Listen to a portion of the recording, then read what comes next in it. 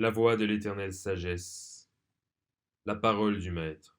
Chapitre 6. De la raison et de la connaissance. Lorsque la raison vous parle, prêtez l'oreille à ce qu'elle dit, et vous serez sauvés. Faites un bon usage de ses paroles, et vous serez armés. Car le Seigneur ne vous a point donné de meilleur guide que la raison, ni une arme plus efficace. Lorsque vous laissez parler la raison à votre être intime, vous résistez à l'épreuve du désir. Car la raison est un ministre avisé, un guide loyal et un sage conseiller. Et tout comme la colère obscurcit la lumière, la raison est une lumière dans l'obscurité. Soyez circonspects, laissez-vous guider par la raison, non par l'impulsion. N'oubliez pas cependant que même si la raison vous éclaire, elle est inopérante sans la connaissance. Sans sa sœur de sang, la raison est comme un pauvre air sans demeure. De même, la connaissance sans la raison est comme une maison non gardée. L'amour, la justice et la bonté, elles-mêmes n'ont que peu de prix quand elle est absente de la raison. L'érudit manquant de discernement est pareil à un soldat sans armes devant un combat imminent. La colère empoisonne la pureté de la source de la vie de sa communauté.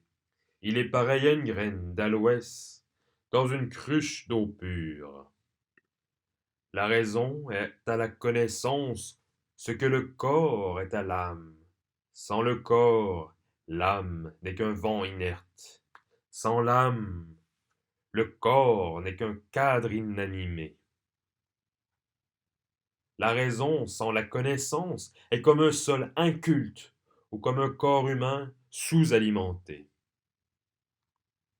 La raison n'est pas comme ces marchandises qu'on vend sur les marchés, dont la valeur diminue avec l'abondance.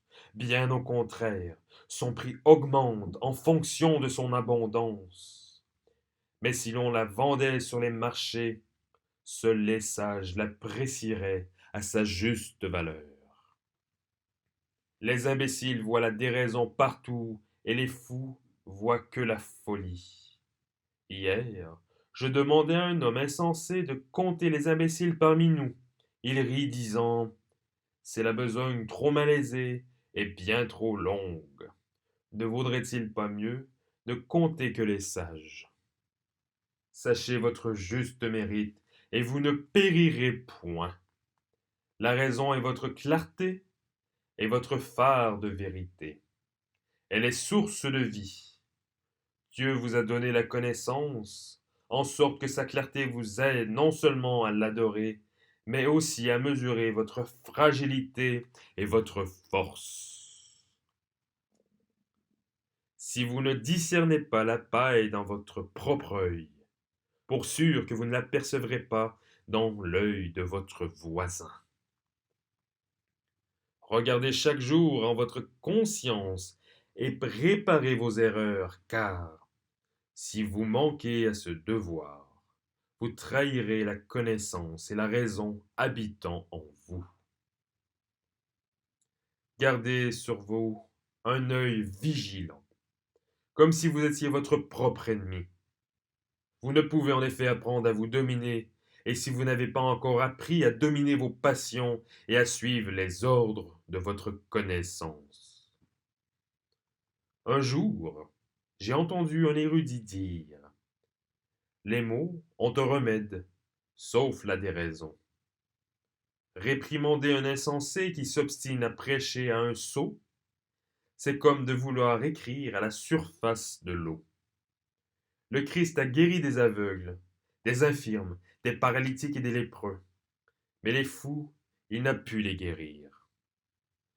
Si vous étudiez un problème sous tous les aspects, soyez assurés de découvrir par où l'erreur s'est glissée. Si le portail avant votre maison est large, veillez à ce que la porte arrière ne soit pas trop étroite. Celui qui veut saisir l'occasion une fois qu'elle est passée est comparable à cet autre qui, la voyant venir, ne s'avance point à sa rencontre. Dieu ne sème pas le mal. Il nous a donné la raison et la connaissance, afin que nous soyons vigilants et ne tombions pas dans les pièges de l'erreur et de la destruction. Béni soit à qui Dieu a donné le don de la raison.